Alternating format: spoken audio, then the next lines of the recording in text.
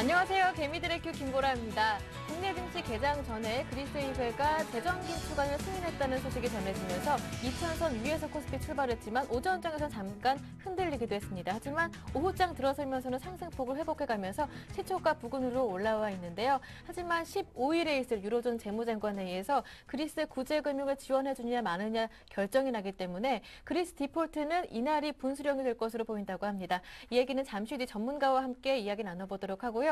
먼저 이 시각 시장 흐름부터 확인하고 오겠습니다. 네, 오늘 2,000선 위에서 상승 개장한 코스피 지수는 상승폭을 줄여서 오전장에서는 잠깐 하락 전환하기도 했는데요. 하지만 오후장 들어서면서 상승폭을 만회해가고 있습니다. 다시 2,000선 위로 올라왔죠. 2,000선 안착의 안간힘을 쓰고 있는데요. 오늘도 외국인들의 순매수는 이어지고 있습니다. 힘은 조금 약해졌는데 현재는 800억 원 정도 매수하고 있고요. 반면 기관 쪽에서 투신과 기금을 중심으로 780억 원 정도 매도하고 있습니다. 개인 쪽에서도 1,700억 원 정도 차익 매물이 나오고 있고요. 하지만 외국인 쪽에서 선물을 2,500계약 정도 매수하면서 프로그램 통해서 2,000억 원 가까이 매수 물량이 유입되고 있습니다. 지수는 어제보다 전거래일보다 10포인트 정도 올라와서 2,004포인트에서 거래되고 있고요. 이어서 코스닥도 확인하죠. 코스닥은 5거래일째 상승 흐름 유지하고 있습니다. 오늘도 530선 위에서 상승 출발한 이후에 강보합권 유지하고 있는데요. 530선을 기준으로 크게 범위를 벗어나지는 않고 있습니다. 수급 내용 살펴보면 개인 쪽에서 100억 원 정도 매수하고 있고요. 기관이 이에 더해 30억 원 정도 사고 있습니다. 하지만 외국인 쪽에서는 장 초반부터 꾸준하게 50억 원 정도 매도하고 있는 상황인데요. 지수는 전거래일보다 3포인트 정도 올라와서 531포인트에서 움직이고 있네요. 마지막으로 외환시장도 점검해 보겠습니다. 그리스에서 긴축안이 의회를 통과했지만 15일 열릴 유로존 재무장관회의에서 이를 구제금융을 승인하느냐 여부가 결정되기 때문에 현재는 보합권에서 움직여주고 있는데요. 환율은 1,123원에서 소폭 하락 개장한 뒤에 상승과 하락을 반복하고 있습니다. 현재는 전거래일보다 90전 정도 내려와 있고요. 1,122원대에서 움직이고 있습니다. 네, 먼저 이 시각 시장 흐름부터 확인해 봤고요. 잠시 뒤부터는 개미들의 종목 상담이 이어집니다. 오늘 월요일이니까요. 한 주 즐겁게 보내시라고 최대한 많은 분들 상담해 드리겠습니다. 참여 방법 알려드릴게요. 무료 문자 번호 013-3366-0110번 열려 있습니다. 이 번호로 매수하신 종목명과 비중, 매수 가격까지 궁금하신 점을 꼼꼼하게 남겨주시고요. 한 종목만 고민이 아니다. 포트폴리오 전반적인 점검을 원하시는 분들이라면 전화번호 열어두겠습니다. 02-3153-2613번으로 직접 전문가와 통화하실 수 있으니까요. 2번호도 참고해 보시고요. 문자와 전화가 모두 안 되시는 분들은 샘플러스 홈페이지 와그러글 게시판으로도 참여 신청 가능합니다. 여러분의 많은 참여 기다리고 있겠습니다. 그동안에 먼저 이 시각 시장 흐름부터 분석해보고 오겠습니다. 참 꼼꼼하게 설명해 주시는 전문가인데요. 솔로몬 투자증권 목동지점 김동섭 이사님 오늘 연결해봤습니다. 안녕하세요. 네, 안녕하세요. 네, 지난 주말 미국은 그리스 긴축안이 합의가 지연될 수 있다는 우려와 함께 그리고 지표도 안 좋게 나타나면서 하락으로 마감됐는데요. 일단 오늘 국내 증시 개장 전에 그리스 의회 재정 긴축안 통과 소식이 있었습니다. 오늘장 이슈들 정리 부탁드릴게요. 예, 지난주까지는 사실 네. 그리스 문제가 시장에 아주 컸습니다. 그중에서도 그리스 정치권에서 서로 합의를 봤습니다만 문제가 된 것 중에 하나는 추가적 감축안을 더 내놔라라고 했죠. 그것이 이제 3억 2,500만 유로 정도가 됩니다. 우리나라 돈으로 한 4,200억 정도 되죠. 이 부분을 이제 오늘 그 의회에서 통과시키면서 일단 그리스 발이 좀 수면 밑으로 갈 수 있는 상황을 좀 만들었다라고 보고 있습니다. 그렇지만 아직 그 2차 구제금융에 대한 금액 1,300억 유로를 받은 게 아닌 상태고요. 오는 15일 날 EU에서 이제 회담을 통해서 그 결과를 아마 줄 것으로 보이고 있습니다. 특별한 문제가 없으면 아마 지급이 될 것으로 보이고 있고요. 그 다음에 이제 지난주에 있었던 이슈들을 좀 점검해 볼 필요성이 있는데, 지난주에 오바마 대통령이 이제 5대 은행과 250억 달러 배상 합의를 했습니다. 이것은 이제 주택담보 대출을 갚지 못해서 압수당했던 미국인들의 일정 부분 비탄감을 해주겠다 이런 내용이죠. 이 내용은 어떻게 보면 주택 지표를 살리겠다는 의지도 있지만 한편으로는 모럴 해저드가 도덕적 해이가 있을 수도 있다라는 생각을 하셔야 될 것 같고요. 그 다음에 미국이 12월 무역 적자가 6개월에 최대치가 됐습니다. 지난달에는 좀 괜찮았었는데 이달에는 좀 안 좋게 나오는 것 같습니다. 그래서 488억 달러 정도 나오는데 예상이 450억 달러였습니다. 그러니까 38억 달러가 더 늘어났다 이렇게 보시면 되겠고요. 그 다음 미시건대 소비자 심리지수가 예상 하회를 했습니다. 시장에서 예상했던 것은 74.8 정도를 예상했는데 72.5가 나왔죠. 그다음에 이제 벤 버냉키 연준 의장이 이제 올란도 연설에서 주택시장의 경기 부양에 장애를 가져오고 있다라는 언급을 했습니다. 이 얘기는 무슨 말이냐면 3차 양적 완화는 주택시장을 위해서 꼭 해야 한다라는 것을 알리는 시그널이다라고 보시면 되겠습니다. 시장 상황은 상당히 좀 어렵게 흘러가고 있는 것 같습니다. 그리스 문제가 어떻게 악재 해소로 받아들일 수 있지만 어떻게 보면은 재료의 소진으로도 볼 수 있는 그런 상황이기 때문에 시장이 상당히 혼조 상태가 계속 보일 수밖에 없는 그런 상황이 연출될 것이다 라고 보시면 될 것 같고요. 현재 그리스 문제가 해결되고 난다면 주가가 계속해서 급등으로 갈 수 있다고 생각할 수 있겠지만 전혀 그런 상황은 아닙니다. 재료가 없어지기 때문에 새로운 재료를 기다릴 수밖에 없는 상황이 시장에는 계속 나타날 수 있다라고 말씀드릴 수 있고요. 오늘 외국인이 또 830억 매수를 하고 있습니다. 또 개인과 기관은 매도를 하고 있죠. 개인은 1,700억을 매도하고 있고 기관은 790억을 매도하고 있습니다. 베이시스가 상당히 좀 좋게 벌어졌습니다. 그래서 콘텐코 상태가 강해지면서 프로그램 매수가 1940억 정도가 밀려들고 있는데요. 이 내용을 자세히 보면은 지금 개인들 같은 경우에는 이제 매도를 하고 있는데 그래도 화학업종은 한 1,000억 정도로 사고 있습니다. 그리고 건설업이나 운수차고 통신업종은 소량 매수를 하고 있죠. 가장 많이 팔고 있는 게 이제 운송장비입니다. 운송장비 하면은 지금 생각날 수 있는 게 현대차, 기아차죠. 오늘 기아차가 3%대, 현대차가 2%대, 그다음에 현대모비스가 2.6%, 그다음에 현대글로비스가 0.06% 정도 상승하고 있죠. 결국 운송장비에 대해서 저점에서 받아준 거 이익 실현하는 모습이 좀 나오고 있다라고 말씀드릴 수 있고요. 외국인들은 830억을 매수를 하고 있는데 지금 보시면 전기전자하고 운송장비하고 유통 외에는 사는 게 없습니다. 거의 다른 종목들은 그냥 매도 정도 하고 있죠. 그 중에서도 서비스업은 110억 정도는 매수해주고 있고요. 기관들이 전 종목에서 다 매도를 하고 있습니다. 딱 한 종목 매수를 하고 있는데 운송장비업종, 자동차 관련해서 매수를 좀 진입하는 것으로 보이고 있고요. 기관 중에서는 지금 기금이 매수를 하는 게 딱 하나가 있습니다. 그것도 역시 운송장비입니다. 결국 대용주를 받아주고 중소형주를 내다 팔고 있는 그런 상황이다라고 보셔야 될 것 같습니다. 이 얘기는 지수를 방어하면서 종목들 포트를 정리를 하고 있는 과정이다라고 판단하시면 가장 중요하겠습니다. 결국 대형주가 시장을 받쳐주는 사이에 자기들의 이익을 많이 났던 종목들을 점점 처분하는 그런 과정이다라고 보시면 될 것 같고요. 지금 종목군에서 보신다 그러면은 그 삼성전자가 2%대 상승을 하면서 시장의 방어력을 보여주고 있고요. 그 다음에 현대모비스가 2.6%, 그 다음에 현대차, 기아차가 거의 2에서 3% 정도 상승하면서 시장을 방어하고 있습니다. 그 외의 종목에서는 뭐 특별한 종목이 나타나지 않고 있는데 하나금융이 한 2.2% 정도 상승하고 있고요. 삼성엔지니어링이 2.7% 상승한 외에는 별다른 종목의 상승은 눈에 띄지 않는다라고 말씀드릴 수 있습니다. 네, 현재 시장 흐름까지 정리해 주셨는데요. 그렇다면 오늘장 오후 마감 전략은 어떻게 세워보는 것이 좋을 것인지, 그리고 이번 주는 그리스의 2차 구제금융안도 최종 확정될 것으로 예상이 되고, 이렇다 할 새로운 악재도 없을 것으로 보이는데요. 한 주 흐름은 어떻게 보시는지 전망도 부탁드릴게요. 일단 이번 주에 그리스 문제가 좀 마무리가 되어야 한다고 보고 있고요. 예. 독일에서 이제 그리스 2차 구제금융안에 대해서 ECB가 유럽중앙회가 일시적으로 350억 유로를 지급 보증하는 게 있습니다. 이것을 27일 날 결정하죠. 그러니까 결론적으로 말하면 사실 이번 주에 어느 정도 아웃라인이 나오겠지만 최종 결론이 다 난 것은 아닐 수도 있다라는 생각을 좀 하셔야 될 것 같고요.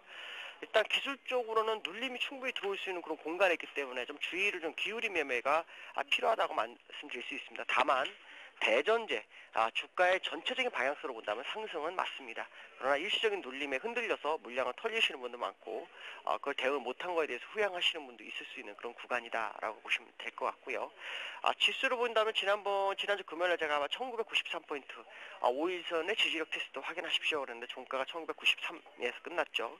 자, 오늘도 제시할 수 있는 것은 지난주 금요일 종가 대비로 5일선 값이 올라왔습니다. 그 자리는 1999포인트 정도가 되고 있죠. 이 지점이 깨지고 끝나는지 아니면 확보하고 끝나는지를 관심 있게 보시는 게 더 중요하다라고 말씀드릴 수 있고요. 대형주 위주의 몇 종목에서의 그 움직임을 보이고 있기 때문에 주변 종목에서의 손실이 나는지 안 나는지를 꼭 보셔야 될 것 같습니다. 왜냐하면 과거의 사를 보면 대형주 몇 종목을 잡아놓고 그동안 올라간 종목들이 이익 실현하는 경우가 상당히 많았습니다. 지금 그 모습이 나타나고 있다는 거, 이 부분을 꼭 감안한 매매를 하시기 바라겠습니다. 네. 전략까지 모두 들어봤습니다. 오늘 도움 말씀 고맙습니다. 네, 감사합니다. 네, 지금까지 솔로몬 투자증권 목동지점의 김동섭 이사와 함께했고요. 이어서 개미들의 종목 상담이 이어집니다.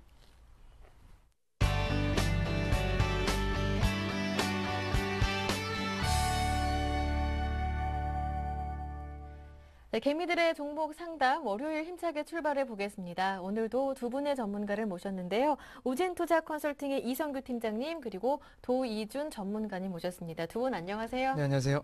안녕하세요. 오늘 월요일도 상담 굉장히 잘해주시는 두 분의 전문가를 꼽아서 모셔봤는데요. 참여하실 수 있는 방법 알려드릴게요. 지금도 늦지 않았습니다. 무료 문자번호 013-3366-0110번 열려 있습니다.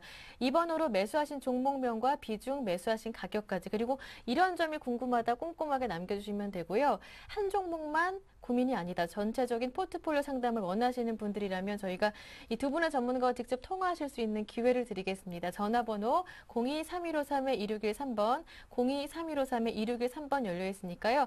지금 아직까지 저희에게 종목 고민 털어놓지 못하신 분들이라면 한 주간 즐겁게 보내시기 위해서 월요일 종목 상담 추천해 드립니다. 빠르게 무료 문자 번호 보내주시길 바랍니다. 자, 다시 한 번 더 문자 번호 알려드립니다. 013-3366-0110번 무료 문자 번호 열려 있으니까요. 매수하신 종목명과 비중, 매수하신 가격까지 꼼꼼하게 지금도 늦지 않았습니다. 보내주시길 바랍니다. 자, 오늘 월요일 첫 번째 상담은 전화 상담으로 이어가 보겠습니다. 안녕하세요. 네, 네, 안녕하세요. 네, 시청자님 안녕하세요. 반갑습니다. 어디에서 전화 주셨나요? 인천인데요. 네, 가까운 인천에서 한번 첫 번째 상담을 받아보는데요. 자, 어떤 종목들이 고민이십니까? 브리지텍하고, 네, 브리지텍이요. 예, 네, 덕산 하이멘탈, 예. 자전자요.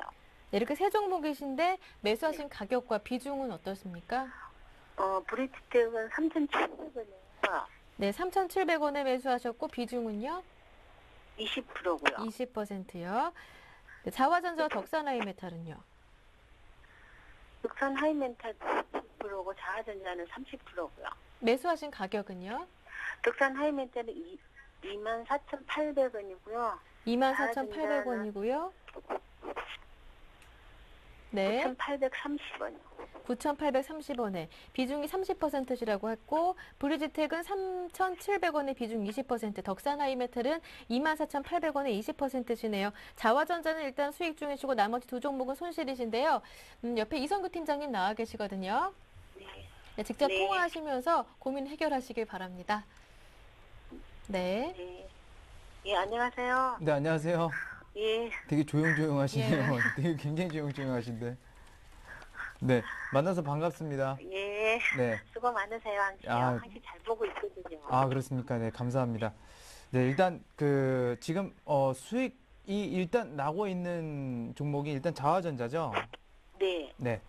일단 자화전자에 대해서 그러면 일단 수익이 나고 있으니까 그거부터 좀 설명을 좀 드려볼게요. 네, 네. 자화전자가 혹시 무슨 기업인지 아시고 혹시 매수를 하셨나요? 아니, 뭐, 확실하게는 모르는데, 네네. 저기, 삼성이 저기 관련돼 있고, 뭐, 네. 핸드폰에 네. 중요한 뭐가 들어간다는. 예, 맞아요. 그 진동 모터라 그래가지고 그 휴대폰 같은 거 울릴 때 그 진동 울리는 거 아시죠? 네네. 네, 그 모터를 생산하는 기업이고요. 네. 그거랑 함께 하는 게 뭐냐면 이제 카메라 모듈 부분에서 액추에이터라고 그 작동하는 그게 있어요. 부품이.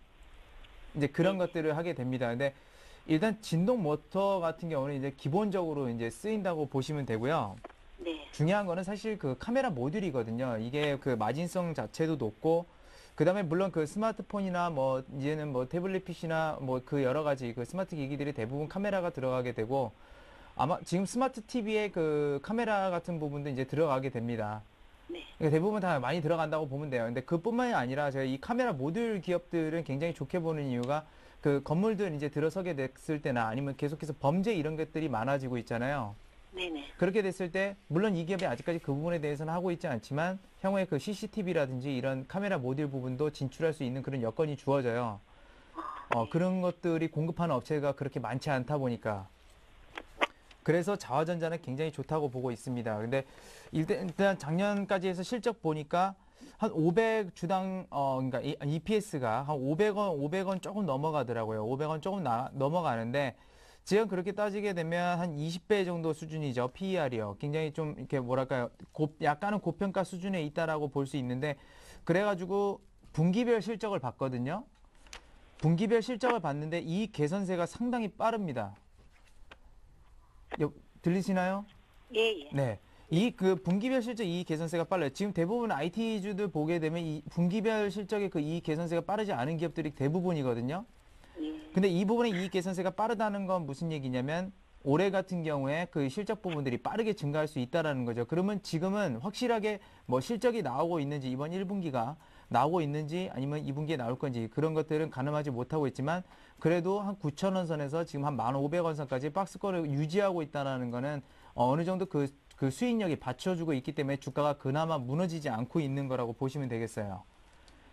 그래서 상대적으로 좀 안전하다고 이제 볼 수 있는데 일단 단기적인 관점은 이렇습니다. 뭐 9,000원에서 1,500원 사이에 트레이딩 관점에서 이렇게 대응을 하시게 되는데요. 이번 1분기 실적 괜찮을 것 같습니다. 다른 기업들보다 괜찮을 것 같아서 1분기 실적 발표될 때쯤에서는 일단은 저항대였던 1,500원 선을 돌파할 수 있을 것으로 예상되고 있으니까 일단 단기적 관점에서는 손절가는 9,000원 제시해 드리겠고요. 목표가 같은 경우는 1,500원 제시해 드리는데 일단 그 부분에 도달했을 시에는 일부 물량들만 다 처분하는 게 아니라 일부 물량들을 조금씩 매도해서 어느 정도 수익력을 확보하시기 바랄게요. 그 다음에 왜냐하면 1분기 실적이 나와서 정말 예상외로 좋다라고 하면 나머지 그때 다시 사도 괜찮습니다. 예. 네, 무슨 말씀인지 아시겠죠? 예. 네. 그냥 중기적으로 계속 가져가면 안 될까요? 중기적으로 가져가도 괜찮습니다. 근데 문제는 뭐냐면 그 말 그대로 삼성전자나 이런 대기업들이 예. 과연 그 부분을 그러니까 발주를 얼마나 내줄까가 이제 문제가 된다라는 거예요. 거기도 재고가 많거든요. 많기 때문에 예상외로 안 나올 수도 있는 거예요. 그것 예. 때문에 그런 겁니다. 그것 때문에. 그래서 제가 다 매도하지 말라고 그렇게 말씀을 드리는 거예요. 예. 네. 예. 그 다음에 이제 두 번째로 브리지텍을 좀 설명을 드려볼게요. 브리지텍이 조금 설명이 어려울 수가 있는데 일단 브리지텍 같은 경우는 통신 쪽 관련해가지고 소프트웨어, 어플리케이션 이쪽을 이제 공급하는 업체고 그러니까 쉽게 말씀드리면 콜센터 아시죠? 예. 거기 인프라 구축하는 그런 기업이라고 보시면 돼요. 그래서 이 분야에 있어서는 이 기업이 독보적입니다. 우리나라에서요. 브리지텍이. 독보적이라는 건 독점적인 위치를 가지고 있기 때문에 상당히 수익성 측면에서는 좋다라고 보고 있고요. 근데 문제가 되는 것은 뭐냐면 통신 설비라든지 이런 콜센터들 할 때 지금은 영업이익 자체가 좋아지지는 않고 있어요. 감소 추세입니다. 분기별로. 그 통신사들 얘기 막 나오는 거 보시면 아시잖아요.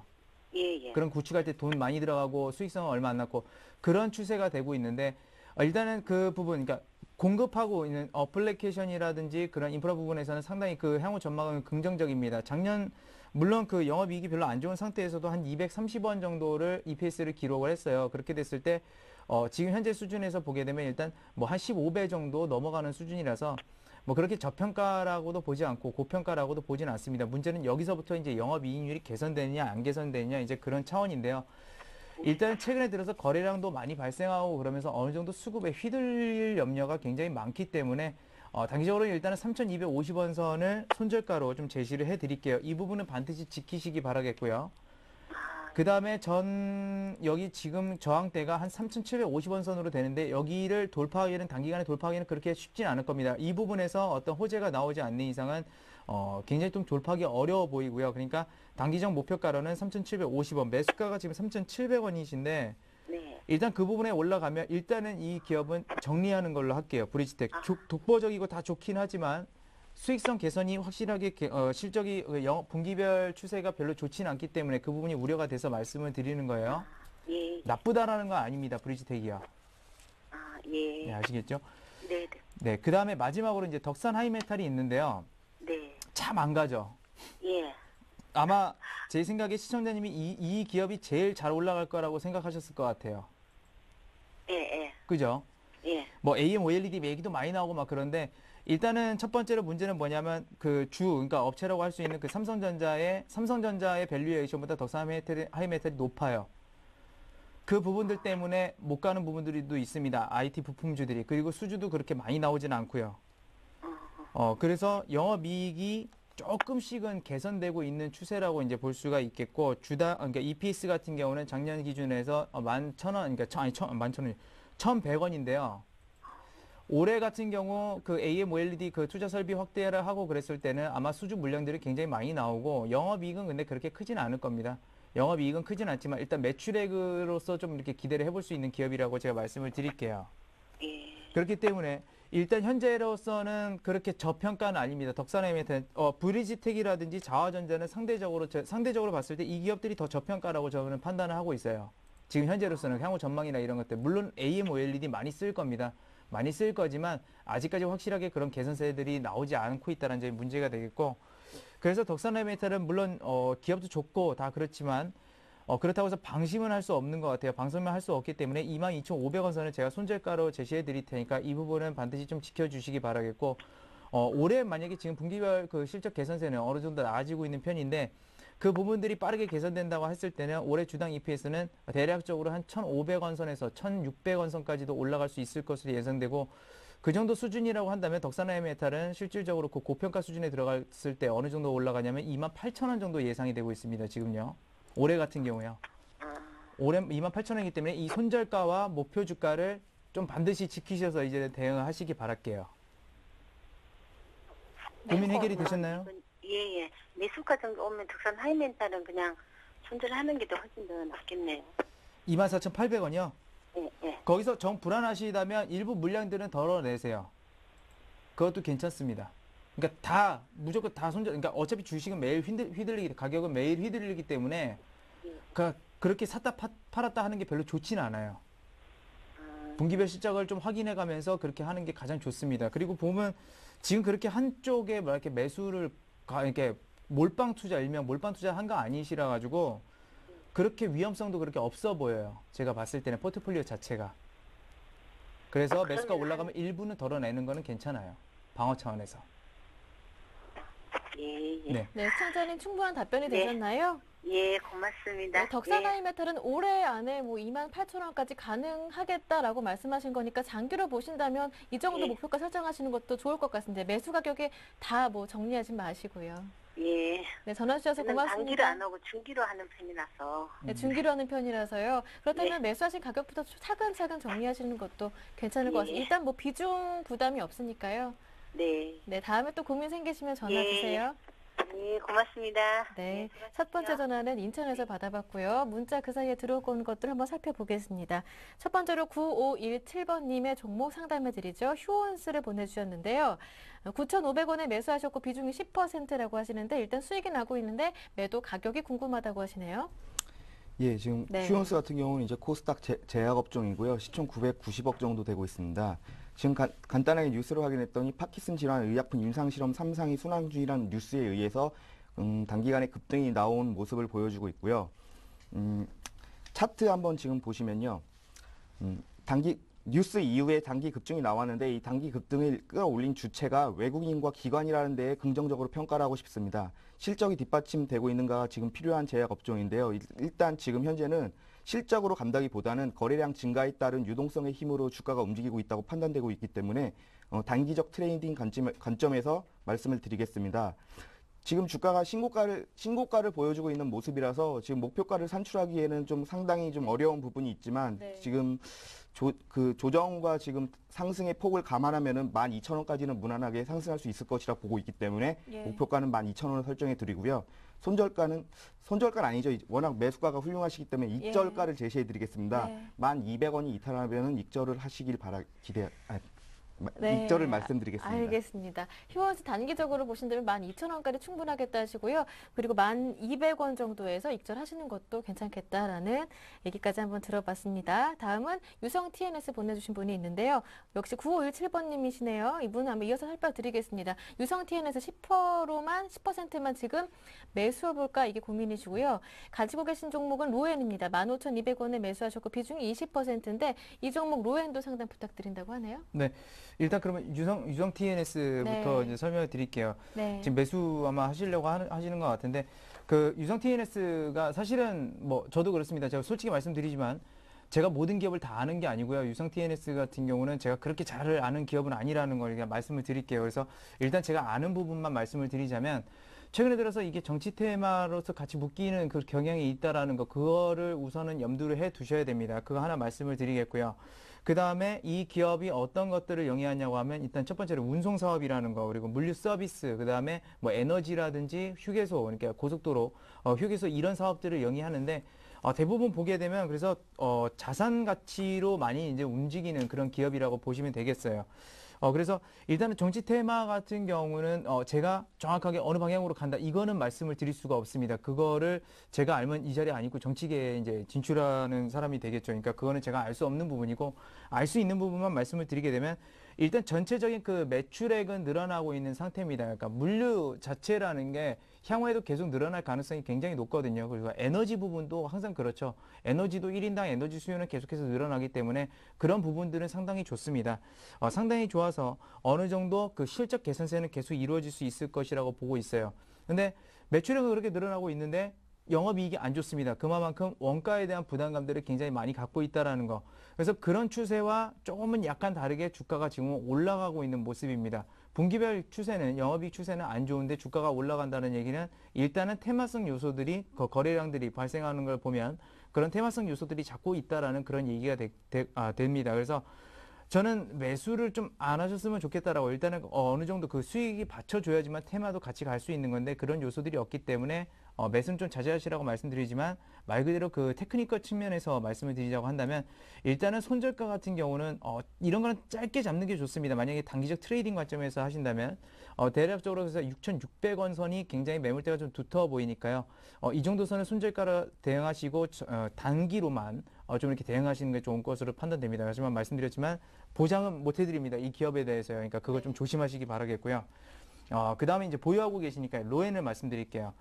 로엔 같은 경우 뭐 아이유 씨가 이렇게 굉장히 또 인기 많잖아요. 그래서 네. 수익성도 굉장히 높습니다. 그래서 향후에 이 엔터주들로 그 음원 사업도 같이 하고 있기 때문에 엔터주들로 이렇게 자금들이 몰리는 그런 경향들이 계속해서 나타날 겁니다. 왜냐하면 연예인을 통해서 홍보를 하게 되고 해외 진출도 그게 더 빠르니까요.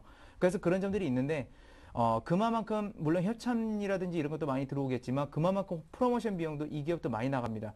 최근에 특히 들어서 가수 아이유 씨가 일본까지 이제 진출하게 되면서 프로모션 비용들 상당히 많이 좀 지출이 되고 있다는 거를 알려드리겠고요. 그다음에 이 기업에 또 이제 최근에 또 이게 미는 그룹이 하나가 있습니다. 써니힐이라고 최근에 배짱이 참가라고 하는 노래로 굉장히 좀 활동을 왕성하게 하고 있는데 저도 개인적으로 좀 좋아하는 그룹이에요. 근데 상당히 괜찮더라고요. 근데 괜찮고 음원 매출도 뭐 잘 나온다고 해요. 근데 그 프로모션 비용이라는 거 이게 얼만큼 지금 상쇄될 건지는 모릅니다. 그렇기 때문에 저는 약간은 단기적으로 영업이익이 저조해질 수 있다라고 보고 있거든요. 그래서 일단은 손절가는 12,800원 선으로 제시를 해드릴 테니까 이 부분 이탈 시에는 일단은 손절을 하고 향후 1분기라든지 2분기 정도의 추이를 영업이익 추이를 한번 살펴보는 것이 좋습니다. 그래서 일단은 감소가 됐을 때 향후 추이가 좋아질 거라고 하면 다시금 올라갈 확률이 더 높습니다. 그러니까 지지선 이탈하고서 원래 올라가는 경우가 더 빨리 올라가요. 그렇기 때문에 그 점만 좀 대응하셔서 다시 한번 빠르게 또 12,800원에서 올라온다고 한다면 그 전에서 매입을 하시기 바라겠고 일단 목표가 같은 경우는 그런 쪽이기 때문에 그 추정이 굉장히 어렵습니다. 추정이 굉장히 어려워서 제가 그냥 매물대 두터운 부분만 좀 솔직하게 말씀을 드릴게요. 그래서 15,000원 선이 굉장히 두텁습니다. 지금요. 그래서 단기적 목표가 15,000원이고 실적 한번 같이 이제 확인을 하시면서 그 부분들 이제 좋아진다 아니면 나빠진다라고 했을 때 그 부분을 다시 보시고 상담을 다시 한번 신청을 해 주시기 바라겠습니다. 네, 매수가 부근에서 정리를 하시는 것도 좋겠다. 로엔 의견 한번 들어봤고요. 다음 종목은 부강약품 7400번님께서 먼저 보내주셨는데 1665번님께서도 부강약품을 보내주셨거든요. 두 분 이어서 상담 드릴게요. 먼저 7400번님께서는 21,600원에 24%로 부강약품 보유 중이시고 1665번님께서는요. 14,700원에 매수하셨고 비중이 30%, 1665번님 14,700원에 비중이 30%인데요. 두 분 모두 손실이신데 한 분은 손실이 좀 더 크시고 한 분은 조금 적으시고요. 예, 부강약품 역시 예. 이제 제약 업종인데요. 시가총액 한 3,800억 정도 되는 중소형 제약회사입니다. 실적이 이번에 실적이 좋지 않게 나와서 그 영업이익이 전년 대비 그 82% 감소했다는 뉴스를 봤는데요.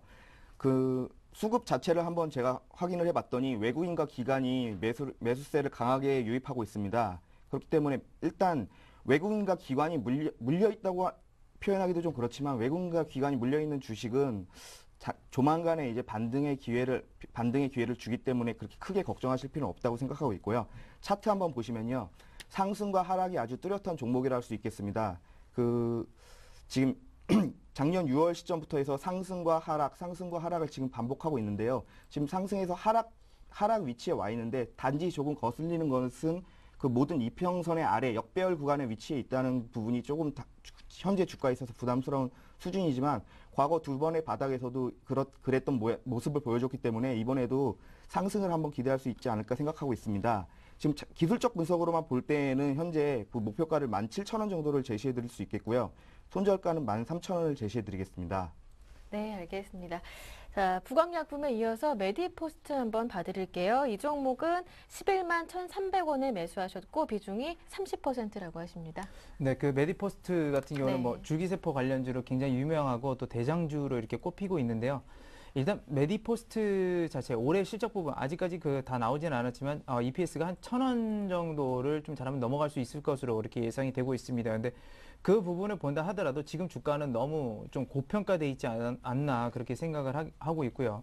100배가 넘어가는 그런 수준입니다. 그래서 확실히 그렇죠. 그러니까 기업의 성장 전망 자체라든지 그런 것들은 상당히 좋지만 그런 것들이 역시나 주가의 성장, 그러니까 주가의 상승을 반드시 이렇게 보장하는 것은 아니라는 거 말씀을 드리겠고 일단이 최근에 들어서 이 기업들이 이제 이런 기업들이 좀 뭐랄까요 주목을 받고 있는 이유 중에 하나는 헬스케어 관련도 같이 연관돼서 간다는 겁니다. 특히나 메디포스트 같은 경우는 치료 기술 그러니까 치료제 그러니까 치매 죄송합니다. 네. 치매 치료제 그 특허 기술을 또 받고요. 그런 부분들이 이제 되면서 아무래도 그 헬스케어 테마로서 다시 한번 움직이고 또 줄기세포 테마로서 또 움직이고 그런 과정들이 있고 물론 그러면서 수익성이 엄청나게 갑자기 폭발하게 되면 이 기업 같은 경우는 현재가 저평가라고 볼 수가 있지만 아직까지는 그렇게 폭발적인 그 매출 성장력이 나오지 않는다는 것은 주식이 좀 부진할 수 있다. 주가가 좀 부진할 수 있다는 걸 말씀드리겠고 최근에 또 좀 안 좋은 일이 있었죠. 일단 고점에 가면서 대주주가 일부 물량들을 계속 처분했다라는 그런 소식들. 저도 상당히 좋아하는 기업이었습니다. 옛날부터 좋아하는 기업이었는데 그걸 보고서 좀 많이 실망을 했어요. 사실은 그렇게 하는 것보다는 주주들을 더 보호하기 위한 그런 정책들을 펼쳐야 되는데 그런 점은 조금 실망이 왔습니다. 그래서 이 기업은 지금 보니까 매수가가 11만 1,300원이시네요. 굉장히 옛날에 매수를 하셨나 본데 일단은 그 부분까지는 한번 버텨보시는 게 일단 좋습니다. 오랫동안 버티셨고 차익실현을 일단 못하셔서 좀 많이 아쉬울 테지만 일단은 그 부분에서 좀 손절가 말씀을 드리겠고요. 저항대 같은 경우는 역시나 뭐 15만 원선 굉장히 좀 두텁습니다. 그러니까 그 부분에 가게 되면 일부 물량들이라도 좀 회수를 하셔서 이번에는 수익성을 좀 챙기시고 그리고 다 똑같습니다. 분기별 실적 빠르게 계산 안 되면 주가는 무너질 확률이 굉장히 높습니다. 그렇기 때문에 역시나 분기별 실적들을 확인하시면서 지금 현재 말씀드렸던 레인지는 그대로 좀 유지하는 상태로 좀 전략을 취하도록 하겠습니다. 네. 네, 다음은 S오일이 들어왔습니다. S오일 매수하신 분은 가격이 13만 8,500원이라고 하시고요. 비중은 50%신데 손실 중이시는데 비중도 적지는 않거든요. 어떻습니까? 예, 13만 8,500원이면 그렇게 네. 부담스러운 가격에서 매수하신 건 아니라고 판단이 네. 되고 있고요. 지금 정유 업황 자체가 이제 예. 유가 상승에 따른 정제 마진 개선과 계절적 수요 증가에 따른 제품 가격 상승, 그리고 일회성 비용 소멸 등에 따른 기저효과로 기대되고 있는 업종 중에 하나라고 말씀을 드릴 수 있습니다. 지금 S오일 같은 경우는 이제 다소 부진한 실적에도 불구하고 실적 개선 기대감에 의해서 지금 상승을 하고 있는 종목인데요. 지금 차트 한번 보시면은 올해 들어서 꾸준히 지금 지속적으로 상승을 하면서 14만 원 부근까지 갔다가 지금 그 금요일과 오늘 조정을 받고 있는 양상을 볼 수 있습니다. 하지만 수급을 보게 되면요. 수급이 외국인과 기관이 지금 너무 많은 물량을 지금 사고 있기 때문에 걱정하실 필요는 없다고 생각하고 있고요. 단기적인 급등 부담에 의한 조정이라고 판단을 하시면 될 것 같습니다. 네. 그래서 향후적으로 더 상승할 것을 판단을 하고 있고요. 예. 목표가는 이제 16만 원, 그리고 손절가는 12만 원을 제시해 드리도록 하겠습니다. 네, 조금 조정을 받고 있어서 불안하셨을 텐데 괜찮다고 하십니다. 걱정 마시고요. 16만 원까지는 홀딩 괜찮다라는 얘기까지 한번 들어봤습니다. 다음은 1814번님께서 한화 케미칼을 보내주셨네요. 이분께서는 매수하신 가격이 27,800원이고 비중이 55%입니다. 유상증자 얘기가 있던데요. 어떤가요? 상담 부탁합니다 하시는데요. 네, 일단은 매수가에서 좀 많이 그러니까 네. 수익이 나셨네요. 수익이 예. 한 10% 정도 수익이 나신 것 같은데 일단은 뭐 축하드리겠고요. 오늘 좀 이렇게 조정을 받아 그러니까 금요일 날하고 오늘 이틀간 좀 조정을 받는 바람에 조금 약간은 우울하실 것으로 예상이 되는데 일단은 그 유상증자부터 얘기를 드리자고 하자면 글쎄요. 제가 말씀드리는 건 유상증자를 정확히 할지 안 할지는 그 루머기 때문에 할지 안 할지는 모릅니다. 모르는데 지금 이렇게 지금 현재 그 재무 구조가 변해가는 상태를 보면 그렇게 크게 유상증자 할 필요는 없지만 그렇다고 해서 아예 필요 없는 경우는 아니라고 말씀드릴게요. 그래서 뭐 아니면 도 이런 식으로 갈 수가 있다라는 거니까 재무 비율들 자체가 이렇게 좀 안정적인 모습은 아니라는 겁니다. 그 점을 말씀드리겠고 그래서 가능성이 있다라는 거 먼저 말씀을 드릴게요. 먼저 말씀을 드리겠고 그 다음에 이제 하나케미칼 같은 경우는 뭐 잘 아시겠지만 중국의 하나 솔라펌 파워를 인수하면서 그 부분에서 이제 굉장히 좀 잘 나가고 있는 그런 태양광 업체 중에 하나죠. 그렇기 때문에 최근에 그 추세 자체가 이 태양광들이 다시 한번 좀 살아나는 경향들이 보이고 있습니다. 왜냐하면 경쟁 기업들이 많이 좀 이렇게 그동안 많이 들어왔다가 그만큼 많이 또 퇴출을 당했어요. 그러다 보니까 이제 이런 기업들이 남은 기업들이 이제 수익성을 가져가게 되는 거죠. 근데 너무 최근에 들어서 이런 부분들에 좀 집중이 되는 경향들도 있습니다. 왜냐하면 태양광이라는 게 그렇게 빨리 설비 투자가 이루어진다거나 그러지는 않거든요. 근데 주가가 과도하게 반응하는 부분도 있고, 물론 거기에다가 유가가 $100까지 계속해서 그 부분에 머무르면서 좀처럼 내려올 생각도 안 하고, 그런 것들이 있기 때문에 향후에 이런 부분들에 있어서는 계속 좀 부각을 받을 수 있다라는 거, 그런 점들을 말씀드릴게요. 일단은 그 작년 EPS 수준 보게 되면 그 2,900원 정도 나왔습니다. 그래서 지금 상태로 봤을 때는 그렇게 뭐 고평가는 아니죠. 역시나요. 고평가 아니라는 거. 일단 매수가 부분에서도 올라와 있고 긍정적이라고 보고 있는데 매수가 그러니까 유상증자를 만약에 해야 되면 뭐 몇 프로 할지 그런 것들도 지금 상태에서는 잘 알 수가 없습니다. 그렇기 때문에 일단 손절가는 매수가로 정해 드릴게요. 27,800원 선. 거기 이탈을 하기 전에는 반드시 지켜야 됩니다. 자기 자산을 지키는 것이고 네. 그 부분까지 일단은 버티시기 바라겠고요. 근데 지금 55%세요. 비중이 너무 많기 때문에 저는 지금 상황에서 일단은 일부 물량들을 좀 처분하는 것도 괜찮은 전략이라고 생각을 합니다. 굳이 이렇게 끝까지 들고 있는 것보다는. 그래서 남은 물량들을 가지고 남은 물량들이 올라갔을 때 거기서 수익성을 보존하고 그거 가지고 남은 차익 실현한 물량들 가지고 차라리 다른 기업들의 분산 투자를 하는 게 지금 시장 상황에서는 더 안전하니까 그런 전략들 제시해 드리겠고요. 일단 목표 주가는 최근에 추세 자체는 그러니까 상향으로 틀고 있는 자체이기 때문에 뭐 단기적 목표 주가는 35,000원을 좀 제시를 해 드리도록 하겠습니다. 네, 일단은 지금 정도에서 어느 한 절반 정도 분량을 줄이는 게 괜찮겠고 네, 그렇습니다. 단기적으로 한 35,000원까지도 충분하겠다라는 전략을 한번 세워봤습니다. 한화케미칼이었고요. 이어서 코오롱 인더스트리 봐드리겠습니다. 4625번님께서 보내주셨는데 8만 원에 매수하셨대요. 그런데 비중이 100%. 너무 떨어져서 속상하네요 하시는데 한 주당 6,000원 정도 손실 중이신데 비중이 100%거든요. 예, 지금 어떤 예. 종목이든지 간에 예. 비중 100%를 가지고 있다는 것은 상당한 위험을 끌어안고 네. 주식을 하고 계시는 건데요. 지금 매수하시기 직전까지의 수급은 외국인과 기관의 쌍끌이 매수로 정말 좋았습니다. 하지만 그 지금 2월 7일을 기점으로 해서 신주 인수권이 상장되었기 때문에 그 이후에 지금 주가 방향이 불투명한 상태라고 할 수 있겠고요. 지금 올 초 들어서 지금 많이 상승했던 부분이 지금 반납을 하고 있는데 글쎄요. 지금 100% 비중이라고 하셨는데 일단 그 목표가 같은 경우는 지금 너무 욕심을 부리시기보다는 75,000원에서 76,000원 정도에 되면은 비중 축소 의견을 드리겠고요. 비중 축소 같은 경우 지금 100%의 비중을 한 50% 정도를 50% 비중으로 줄여서 가져가시는 것이 동 종목에 있어서는 알맞은 전략으로 할 수 있겠습니다. 네. 그래서 목표가 같은 경우는 짧게 지금 7만 6천 원 정도로 잡아드리도록 하겠고요. 손절가 같은 경우는 7만 원을 잡아드리도록 하겠습니다. 그렇다면 한 반 정도 물량은 지금 정도 가격에서 정리를 하는 게 맞겠다 이렇게 보시는 건가요? 그렇죠. 좀 회복을 했을 때 예. 하는 게 나을까요? 일단 지금 시점에서 신준 네. 인수권은 상장이 되었기 때문에 물량이 네. 어떻게 나올지 모르는 상황이기 때문에 예. 상당히 불안한 종목인데 네. 또 비중 자체도 너무 많기 때문에 비중 축소로 의견을 드리겠고요. 네. 지금 상황에서 줄이시는 것이 알맞은 전략이라고 생각하고 있습니다. 네, 지금은 조금 아쉬우시겠지만 좀 비중을 줄여보시고요. 그리고 나머지 물량으로 목표가 한 7만 6천 원까지 가져가 보자라는 얘기 들어봤습니다. 다음은 하이텍팜이 들어왔는데요. 보내주신 분은 6348번님 21,750원에 하이텍팜 매수하셨고 비중이 10%. 또 한 종목 있습니다. 매일 유업인데요. 17,350원에 비중이 10%라고 하십니다.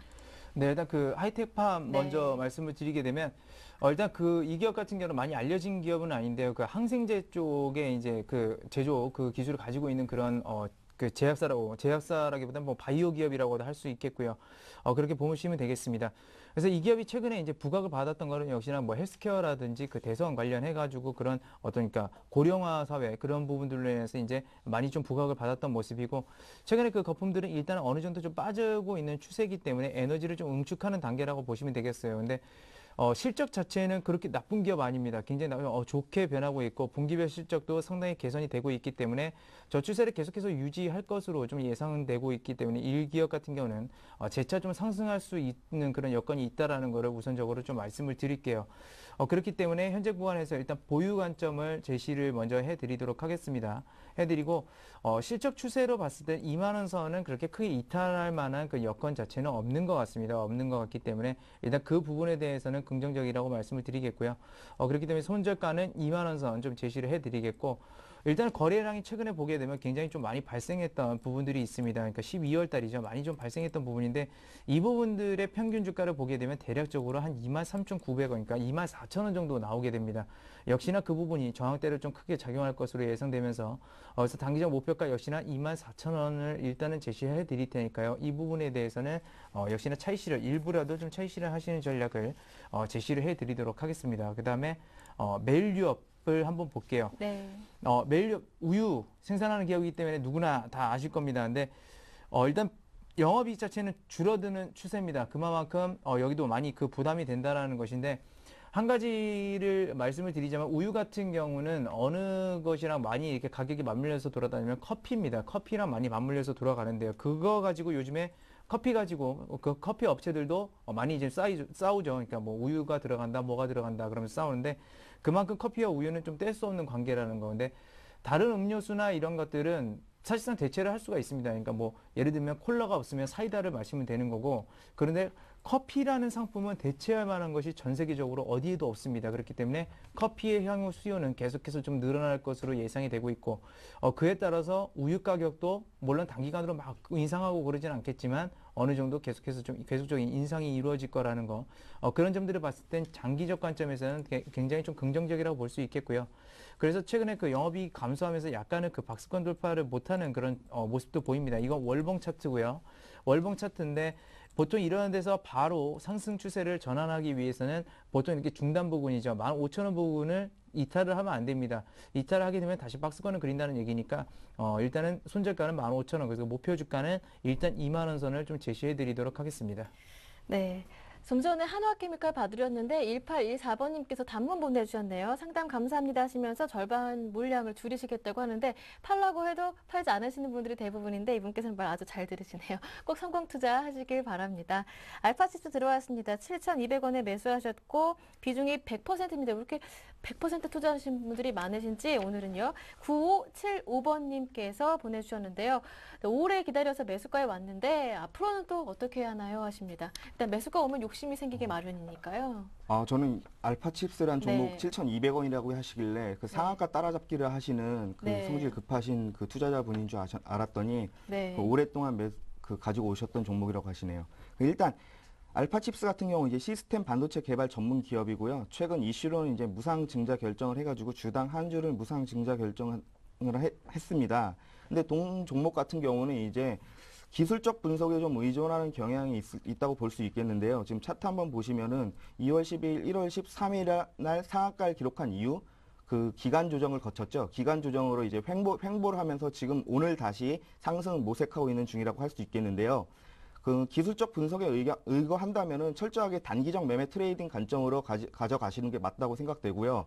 그 목표가 같은 경우는 직전 고점 수준인 7,800원에 설정해 드릴 수 있겠고, 손절가는 글쎄요, 이건 한 6,500원 정도에 설정을 해 드리면 될 것 같습니다. 네, 이렇게 해서 봐드렸고요. 알파칩스 모두 세워드렸습니다. SK컴즈 많이 기다리신 것 같은데요. 오래 기다리셨죠? 2363번님 SK컴즈 봐드리겠습니다.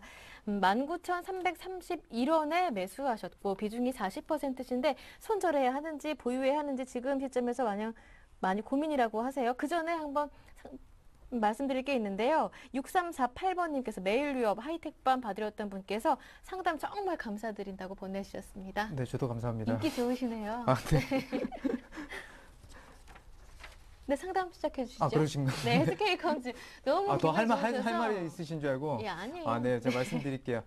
네, SK컴즈는 일단은 그 실적 부분들이 EPS가 한 100원 나왔습니다. 100원 나왔으면 지금 딱 계산해 보면 PER이 얼마죠? 140배. 굉장히 고평가입니다. 굉장히 고평가고요. 그렇기 때문에 일단은 여기서 좀 약간은 주가가 부진할 염려도 있는데, 이거는 제가 실제적으로 이제 여러 가지들을 이제 보면서 이게 예상치니까 한번 말씀을 드릴게요. 네. 지금 물론 포털, 우리나라 3대 포털 하면 NHN이 있고 다음이 있고 그다음에 SK컴즈, 그러니까 네이트가 있죠. 근데 시장 지배력 자체는 네이트가 원래 넓었고 네이트가 지금도 넓혀가고 있는 추세입니다. 근데 이상한 것은 뭐냐면 지금 중고등학생들 사이에서 가장 많이 쓰이는 게 어디냐면 네이트더라고요. 저도 그래서 깜짝 놀랐는데, 사실 그래서 고평가라 가지고 약간은 저도 그러니까 관심은 있게 지켜보고 있고 뭐 분석도 향후에도 계속 해갈 건데, 이 부분들, 그러니까 지금 중고등학생이 쓴다는 얘기는 뭐냐면 향후에 이 학생들이 컸을 때는 지금의 현재는 네이트나 NHN의 그 네이버나 다음이 그런 검색 쪽에서 우위를 점하고 있지만 SK컴즈, 그러니까 네이트가 그런 것들을 점할 수 있다라는 얘기도 되는 겁니다. 그래서 시대가 바뀌었을 때는 오히려 SK컴즈가 더 그러니까 유리한 순간으로 갈 수도 있다라는 것이죠. 그리고 NHN하고 다음 같은 경우는 단독 그 포털 업체라고 할 수 있지만, 이 SK컴즈라는 것은, 네이트라는 것은 SK 그룹사죠. 그렇기 때문에 그룹사의 그 어떤 시너지 효과도 가져갈 수가 있습니다. 그래서 그런 점들을 봤을 때는 굉장히 향후 지배력 같은 거나 그런 것들은 강할 수 있다라는 점을 말씀을 드리겠고요. 뭐 키포인트는 그겁니다. 미래에 우리 그 주 고객들이라고 할 수 있는, 주요 소비자라고 할 수 있는 중학생이나 고등학생들이 네이트를 많이 쓴다라는 거. 이 점은 긍정적이니까 너무 그 기업에 대해서 PER이 높다고 해서 너무 부정적인 측면으로만 보실 건 없을 것 같아요. 그래서 그런 부분들은 제가 말씀을 드리겠고, 다만 너무 주가가 비싸기 때문에 손절 같은 거는 반드시 해줘야 됩니다. 이런 기업들은요. 만약에 이익 추세가 빠르게 개선되지 않으면, 물론 올해 괜찮게 지금 변해가고 있다라는 걸 말씀드리겠고, 그렇게 봤을 때는 현재는 한 13,000원 정도는 계속해서 좀 지지해주면서 이탈했을 때는 손절을 해주는 게 좋습니다. 일단은 손절을 해주는 게 좋고요.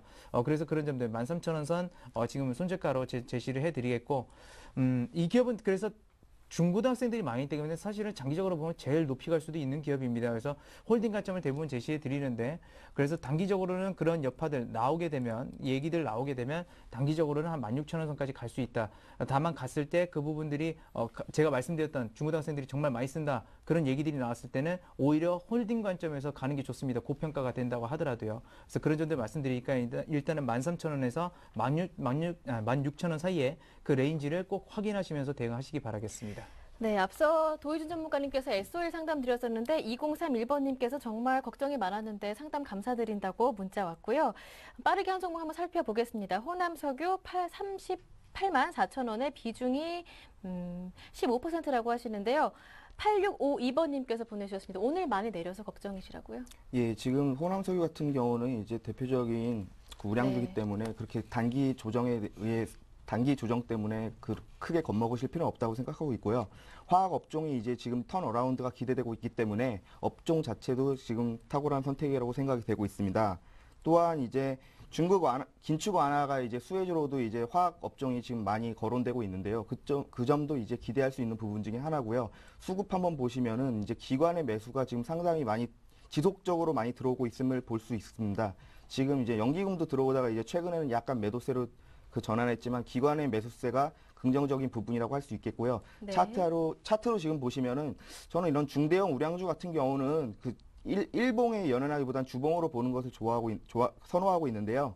지금 주봉상으로도 지금 급등 나오고 조정인데 조정폭이 그렇게 크지 않고 미미하다고 할 수 있는 상황입니다. 그렇기 때문에 향후 추가 상승 가능성은 충분하다고 생각하고 있고요. 그 목표가를 말씀드리면 42만 원, 그리고 손절가는 한 34만 원 정도로 설정해 드릴 수 있겠습니다. 네. 네, 이렇게 해서 호남 설교까지 봐드렸습니다. 오늘 상담은 여기에서 마무리 짓겠습니다. 두 분의 전문가와 함께했죠. 이성규 팀장님, 도희준 전문가님과 함께했습니다. 두 분 수고 많으셨습니다. 감사합니다. 감사합니다. 네, 오늘 순서는 여기에서 마무리 짓겠습니다. 월요일로 한 주 출발하시는 여러분께 개미들의 종목 상담, 개미들의 큐가 많은 도움 됐길 바랍니다. 이어지는 오늘장, 내일장에서 한 주 증시 전망해보시고 전략까지 함께 세워보시길 바랍니다. 함께해 주신 여러분 고맙습니다.